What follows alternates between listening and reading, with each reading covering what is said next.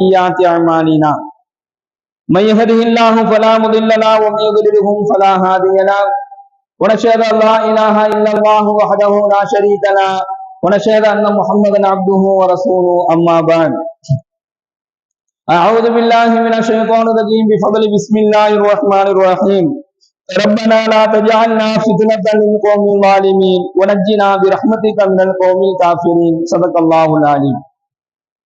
கண்ணியத்திற்குரிய அல்லாஹ்வின் நல்லடியார்களே, சகோதரர்களே, ரப்பனா லா தஜஅல்னா ஃபித்னத்தன் லில் கௌமில் ஸாலிமீன் வனஜ்ஜினா பிரஹ்மதிக மினல் கௌமில் காஃபிரீன். எங்கள் இறைவா, உன்னுடைய அருளால் உன்னை நிராகரிக்கக்கூடிய அந்த கூட்டத்தார்களை விட்டும் எங்களை காப்பாற்றுவாயாக. கண்ணியத்திற்குரிய அல்லாஹ்வின் நல்லடியார்களே, சகோதரர்களே, எல்லாம் வல்ல இறைவன் தன்னுடைய திருமறையிலே சொல்லி காண்பிக்கின்றான், லா யஸ்தவி அஸ்ஹாபன் நாரி வ அஸ்ஹாபுல் ஜன்னதி அஸ்ஹாபுல் ஜன்னதி ஹுமுல் ஃபாயிஸூன். அல்லாஹ் சொல்றான், சொர்க்கவாதிகள் வெற்றி பெற்றவர்கள், நரகவாதிகளும் சொர்க்கவாதிகளும் சமமாக ஆக மாட்டார்கள். அஸ்ஹாபுல் ஜன்னதி ஹுமுல் ஃபாயிஸூன், அதுல சுவனவாதிகள் சொர்க்கவாசிகளே அதில் வெற்றியாளர்கள் என்பதாக எல்லாம் வல்ல இறைவன் தன்னுடைய திருமறையிலே சொல்லி காண்பிக்கின்றார்.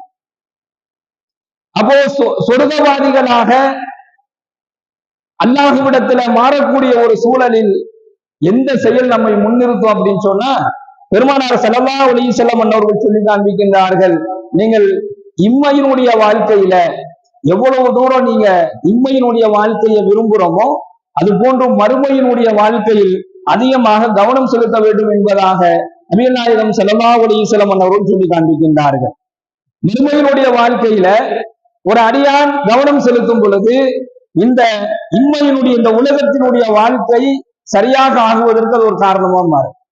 இப்போ ஒரு மவுத்து வீட்டுக்கு நம்ம போறோம், ஒரு மவுத்து செய்தியை கேள்விப்பட்ட உடனே அவரு தெரிஞ்சவராக இருக்கலாம், அல்லது நம்முடைய உறவுக்காரராக இருக்கலாம், நமக்கு நெருங்கிய நண்பராக இருக்கலாம், அல்லது நம்முடன் பழகியவராக இருக்கலாம், நம்முடைய குடும்பத்துல ஒருத்தவராக இருக்கலாம். அப்ப அந்த மௌத்துக்கு போகும் பொழுது நிச்சயமாக தன்னுடைய மௌத்தை பற்றிய சிந்தனை அதுல உருவாகும். ஒரு மௌத்தை நாம் சந்திக்கும் பொழுது, ஒருத்தருடைய மௌத்துக்கு நாம போகும் பொழுது அங்க என்ன ஏற்படும், நம்முடைய மௌத்தினுடைய ஒரு சிந்தனை வரும். அப்ப இந்த சிந்தனை வரும் பொழுது நமக்கு ஒரு நாள் மௌத்து வரும், நாமளும் என்ன செஞ்சிருவோம், ஒரு நாள் மரணத்தை சந்திப்போம், நாமும் ஒரு நாள் இவரை போன்ற ஒரு நிலையில நாமளும் இருப்போம் என்கின்ற ஒரு எண்ணமும் ஒரு சிந்தனையும் அந்த இடத்துல ஏற்படும். அப்ப ஏற்படும் பொழுது அதுதான் ஈமானினுடைய அடையாளம், அதுதான் ஒரு இறையச்சத்தினுடைய அடையாளம் என்பதாக ஸல்லல்லாஹு அலைஹி வஸல்லம் சொல்றாங்க. அதே போன்று இந்த உலக வாழ்க்கையில் நீங்கள் அதிகமாக மறுமையினுடைய வாழ்க்கையை சிந்திக்கணும். ஒவ்வொரு கட்டத்திலையும் இஸ்லாம் நமக்கு என்ன சொல்லி தருது அப்படின்னு சொன்னா, உலகத்தில் செய்யக்கூடிய ஒரு செயலுக்கு பகரமாக மறுமையில் உலகத்துல ஒரு நற்காரியம் செய்தால் அதுக்கு பகரமாக அல்லாஹ் நான் மறுமையில் நற்கூலி தர்றேங்கிறான். இங்க செய்யக்கூடிய ஒவ்வொரு நன்மையான காரியத்திற்கும், இங்க செய்யக்கூடிய ஒவ்வொரு நன்மையான செயலுக்கும் அதனுடைய பிரதிபலனை நீங்கள் மறுமையில் பெற்றுக் கொள்வீர்கள் என்பதாக அல்லாஹ் சொல்றான். இங்க நாம நல்லது செஞ்சா அதுக்கு பகரம் மறுமையில கிடைக்கும். இதையும் நாம் எடுத்துக்கொண்டாலும் சரி, ஒருத்தருக்கு உதவி செய்யறோம், ஒருத்தருக்கு இந்த உலக வாழ்க்கையில ஒருத்தருக்கு நம்ம உதவி செய்யறோம், அந்த உதவி செய்யக்கூடிய அந்த பிரதிபலனை அல்லாஹ் மறுமையில் தருவதாக அல்லாஹ் சொல்றான். நீங்க தான தர்மம் செய்ய, உங்களுக்கு நற்கூலி மறுமையில உண்ணுங்கிறாங்க. அதே போன்று இபாதத்துகளை எடுத்துக்கொண்டாலும், ஒரு தொழுகையை ஒருவர் பேணி தொழுகிறார் அப்படின்னு சொன்னா அவருக்கு மறுமையில் என்ன செய்வேன், நான் மறுமையில் அவருக்கு பிரதிபலன், அதுக்கு உண்டான நன்மை, அதுக்கு உண்டான நற்கூலிய, அதுக்கு உண்டான சிறந்த அந்தஸ்தை நான் வழங்குவேன் என்பதாக அல்லாஹ் சொல்றான். இந்த உலக வாழ்க்கையில செய்யக்கூடிய எல்லா விதமான நல்ல காரியங்களுக்கும் மறுமையில் நற்கூலி வழங்குவதாக அல்லாஹ் சொல்லும் போது சொல்லுகின்றான். நாயகம் ஸல்லல்லாஹு அலைஹி வஸல்லம் அவர்கள் சொல்லுகின்றார்கள், மறுமையினுடைய வாழ்க்கையில நீங்க அதிகமாக கவனம் செலுத்துங்க. அதனுடைய முதல் விஷயம் என்ன அப்படின்னு சொன்னா, அல்லாஹ்வை அஞ்சுவதுதான் அதனுடைய முதல் சாராம்சம். உலக வாழ்க்கையில மறுமையினுடைய வாழ்க்கையில கவனம் செலுத்துறதுக்கு முதல் விஷயம் என்ன அப்படின்னு சொன்னா, ஃபத்தகுல்லாஹ், நீங்கள் அல்லாஹ்வை அஞ்சிக் கொள்ளுங்கள். இரண்டாவது, அல்லாஹ்விடத்துல அதிகமாக பாவ மன்னிப்பு தேடுங்க. இந்த ரெண்டும் தான் இந்த உலக வாழ்க்கையிலையும் சரி, நாளை மறுமையினுடைய வாழ்க்கையில அஸ்ஹாபுல் ஜன்னா, அல்லாஹ் சொல்றானே சொர்க்கவாதிகள், ஹுமுல் ஃபாயிஸூன், வெற்றி பெற்ற அந்த சொர்க்கவாதிகள் அல்லாஹ் சொல்றானே, இந்த ஒரு தரஜாவை, இந்த ஒரு அந்தஸ்தை இந்த செயலை கொடுத்துரும். ஒண்ணு ஃபத்தகுல்லா, அல்லாஹ்வை அஞ்சுவது. இன்னல்லா, இரண்டாவது யுஹிப்பு தவ்வாபி, அல்லாஹ் சொல்றான், என்னிடத்தில் அதிகமாக தௌபா செய்யறவங்களையே என்ன செய்யறேன், நான் விரும்புறேன், நான் நேசிக்கிறேன் என்பதாக சொல்றானே. இந்த தௌபாவும் ஃபத்தகுல்லா, அல்லாஹ்வை அஞ்சக்கூடிய இறையச்சமுன்னா நாளை மறுமையில உங்களை சிறந்தவர்களாக அல்லாஹ்விடத்துல என்ன செய்யும், அது கொண்டு வரும். பெருமானார் ஸல்லல்லாஹு அலைஹி வஸல்லம் அவங்க சொல்றாங்க, எவர் ஒருவர் லா இலாஹா இல்லல்லாஹ் என்பதாக சொல்றாரோ, லா இலாஹா இல்லல்லாஹ் என்பதாக சொல்றாரோ, அவருக்கு அல்லாஹ் சொர்க்கத்தை கட்டாயமாக ஆக்கினான். அதுல எந்த மாற்றமும் அல்ல. யாரெல்லாம் களிமா சொல்லியிருக்கிறாங்களோ, களிமா சொன்ன எல்லாருக்குமே சொர்க்கத்தில் அல்லாஹ் ஒரு வாய்ப்பு அல்லாஹ் கொடுத்துருவான். அவரு நிச்சயமாக ஒரு சொர்க்கத்துக்கு போயிடுவார்.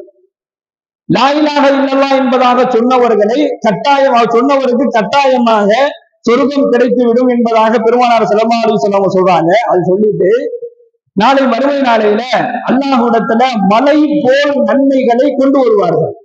மலை போல நன்மையை என்ன செய்வான், சில அடியார்கள் கொண்டு வருவாங்க. ஆனா மலை போல் நன்மைகளை கொண்டு வந்ததுக்கு பின்னாடி அப்ப சஹாபாக்கள் சொல்றாங்க, அப்பனா யா ரசூலல்லாஹ், அவருக்கு நரகமே இல்லாமல் ஆயிடுங்க. ஏன்னா மலை போல சொர்க்கத்தை ஒருத்தர் கொண்டு வந்து அல்லாஹ்விடத்துல நின்றுட்டாருன்னா அப்போ அவருக்கு அல்லாஹ் நரகத்தை கொடுக்க மாட்டானே என்பதாக கேட்கிறாங்க. அதுக்கு ஸல்லல்லாஹு அலைஹி வஸல்லம் பதில் சொல்றாங்க, இல்ல, அவர் நரகத்திற்கு என்ன செய்யப்படுவார், அவர் நரகத்திற்கு கொண்டு போய் தள்ளப்படுவார் அப்படின்னு சொல்லி சொல்றாங்க. மலை போல நன்மைகளை கொண்டு வந்த ஒரு அடியார் என்ன காரணத்துக்காக நரகத்துக்கு போறாரு என்பதாக கேட்கும் பொழுது பெருமானார் அழகாக பதில் சொல்றாங்க, அவரிடத்துல நன்மைகள் முழுமையா இருக்கும், அதுல எந்த குறையும் இல்லை. நல்ல மலை அளவு நன்மையோடத்தான் அவர் அல்லாஹ் வந்து சந்திப்பார். இப்ப இந்த இடத்துல அல்லாஹ் என்ன செய்வான் அப்படின்னு சொன்னா, அவருடைய நன்மையை மட்டும் பார்க்க மாட்டான், உலகத்துல அவர்களுடைய கடமைகளை அவர் நிறைவேற்றினாரான்னு சொல்லி பார்ப்பான். ஒருத்தர்கிட்ட நன்மை நிறைய இருக்குது, ஆனா கடமையில குறை வச்சுட்டாரு. இந்த உலக வாழ்க்கையில அவர் செய்ய வேண்டிய கடமைகளில் அவர் குறை வச்சுட்டாரு, ஆனா நன்மைகள் முழுமையா இருக்குது. ஆனா கடமையில குறை இருக்குது அப்படின்னு சொன்னா, கடமையில் குறை வைத்த காரணத்தினால் அவருடைய நன்மை அல்லாஹ்விடத்தில் ஏற்றுக்கொள்ளப்படாது என்பதாக சொன்னாங்க. இப்ப உலக வாழ்க்கையினுடைய கடமைனா என்ன, ஒரு கணவனாக இருக்கும் பொழுது மனைவிக்கு செய்ய வேண்டிய கடமை இருக்கு. அத கணவன் என்கின்ற அடிப்படையில் அந்த கடமையை நிறைவேற்றணும். அந்த கடமையை நிறைவேற்றாம இவர் நிறைய நன்மையான காரியங்கள் செய்யறாரு, தொழுகிறாரு, தான தர்மம் செய்யறாரு, உம்ரா செய்யறாரு, ஹஜ்ஜு செய்யறாரு, நோன்பு வைக்கிறாரு, எல்லாம் செய்யறாரு. ஆனா சராசரியா ஒரு மனைவிக்கு செய்ய வேண்டிய கடமையை ஒரு கணவனாக இருந்து ஒரு நபர் செய்யல அப்படின்னு சொன்னா, அதன் மூலமாக அவர் செய்த இபாதத்தின் மூலமாக அவர் கொண்டு போகக்கூடிய நன்மையை அல்லாஹ் விளக்கிடுவான். காரணம் என்ன அப்படின்னு சொன்னா, கணவன் என்கின்ற அடிப்படையில் உண்டான கடமையை அவர் சரியா நிறைவேற்றல அப்படின்னு சொன்னா அந்த நன்மைகள் அனுபவித்துக் கொள்ளப்படும். அதே போன்ற ஒரு மனைவி தன்னுடைய கணவனுக்கு செய்ய வேண்டிய கடமைகளை சரியாக நிறைவேற்றணும். பெற்றோர்கள் பிள்ளைக்கு என்ன கடமை இருக்குதோ அதை சரியான முறையில நிறைவேற்றணும். பிள்ளைகள் பெற்றோர்களுடைய கடமைகளை நிறைவேற்றணும். இந்த உலகத்துல நமக்குன்னு ஒரு சில கடமைகளை எல்லாம் வச்சிருக்கிறான, அந்த கடமைகளை ஒருவர் சரியா நிறைவேற்றினாதான் அவர் செய்த நன்மைகள் கூட நாளை மறுமையில அல்லாஹ் எடுக்கணும். அப்போ இந்த உலக வாழ்க்கைக்கும் மறுமை வாழ்க்கைக்கும் தொடர்பு படுத்திய பெருமானார் ஸல்லல்லாஹு அலைஹி வஸல்லம் சொல்றாங்க, இங்க நீங்க செய்யக்கூடிய ஒவ்வொரு நல்ல காரியங்களுக்கு பகரமாக அதனுடைய பிரதிபலனை நீங்கள் மறுமையில பார்ப்பீங்க. நன்மையை மட்டும் கொண்டுட்டு போய் என்ன செஞ்சிட முடியாது, அல்லாஹ்விடத்துல நன்மையை கொண்டு மட்டும் சொர்க்கத்தை பெற்றுக்கொள்ள முடியாது. எல்லா வகையான தன்னுடைய கடமைகளில் சரியாக இருந்தால் அந்த நன்மையை கொண்டும் தன்னுடைய கடமையை அவர் நிறைவேற்றியதை கொண்டு என்ன செய்வாரு, அவரு சொர்க்கத்துக்கு போயிடுவாரு. நாயகம் ஸல்லல்லாஹு அலைஹி வஸல்லம் அவங்க சொன்னாங்க, இது அல்லாம அல்லாஹ் தன்னுடைய பேர் அருளை கொண்டும் என்ன செஞ்சிருவான், நிறைய பேரை நரகத்திலிருந்து அல்லாஹ் வெளியாக்கி சொர்க்கத்துக்கு அனுப்புவான். அது அல்லாஹ்வுடைய பேரருள் சம்பந்தப்பட்டது என்பதாக பெருமானார் ஸல்லல்லாஹு அலைஹி வஸல்லம் அவர்கள் சொல்லி காண்பிக்கின்றார்கள். இப்ப கண்ணியமிக்க சகோதரர்களே, சிறிய நன்மைகள் பெரும் கொண்ட வெகுமதியை நிச்சயமாக பெற்றுக்கிறோம். நாம் செய்யக்கூடிய சின்ன சின்ன நல்ல காரியங்கள் கூட நாளை மறுமை நாளையில அல்லாஹ்விடத்துல பெரும் கொண்ட வெகுமதியை அல்லாஹ் வழங்கிடுவான். காரணம் என்ன அப்படின்னு சொன்னா, அல்லாஹ்வினுடைய அருள் இருக்குது, அது சாதாரணமானதால் அது பேரருள் என்பதாக பெருமானார் சொல்றாங்க. செய்யக்கூடிய ஒரு சின்ன ஒரு செயல் செஞ்சிருப்போம், ஆனா அதுதான் நாளை மறுமை நாளையில அல்லாஹ்விடத்துல ஒரு பெரும் கொண்ட ஒரு தரஜாவை, ஒரு அந்தஸ்தை அதை பெற்று தரும். அதே போன்றுதான் சிறிய பாவம், இதெல்லாம் ஒரு தீமையான ஒரு செயலா, இதுதான் ஒரு பாவமான காரியமா என்பதாக நினைத்து செய்யக்கூடிய ஒரு சின்ன பாவம் இருக்குது, அது மிக பெரும் தண்டனையை என்ன செய்யறோம், அல்லாஹ்விடத்துல பெற்றிருக்கிறோம். எனவே நீங்கள் நேரத்தை வீணாக்காதீர்கள். உங்களுடைய கடமையான காரியங்களை நிறைவேற்றக்கூடிய விஷயத்துல நீங்கள் காலம் தாழ்த்தாதீர்கள். அதற்கு உண்டான நேரம் வந்துருச்சு அப்படின்னு சொன்னா, அதற்கு உண்டான வாய்ப்பு வந்துருச்சுன்னு சொன்னா, அந்த கடமைகளை நீங்கள் நிறைவேற்றுவதில் நீங்கள் முன்னேறி செல்லுங்கள் என்பதாக நபிகள் நாயகம் ஸல்லல்லாஹு அலைஹி வஸல்லம் சொன்னார்கள். அடுத்து சொல்றாங்க, உபரியான வணக்கங்களை அதிகமாக செய்து வாருங்கள், நிறைய நன்மைகளை சேகரித்துக் கொள்ளுங்கள். இதுதான் நாளை மறுமையில பெரும் கொண்ட ஒரு பாக்கியத்தை அது ஏற்படுத்தும். நாயஸ்தவி அசஹாபன் நாரி அசஹாபுல் ஜன்னதி அசஹாபுல் ஜன்னதி. அல்லாஹ் 2 தடவை சொல்றான், இந்த இவர்கள் தான் ஹுமுல் ஃபாயிதுல் வெற்றியாளர்கள். சொர்க்கவாதிகளும் நரகவாதிகளும் சமமாக மாட்டார்கள்.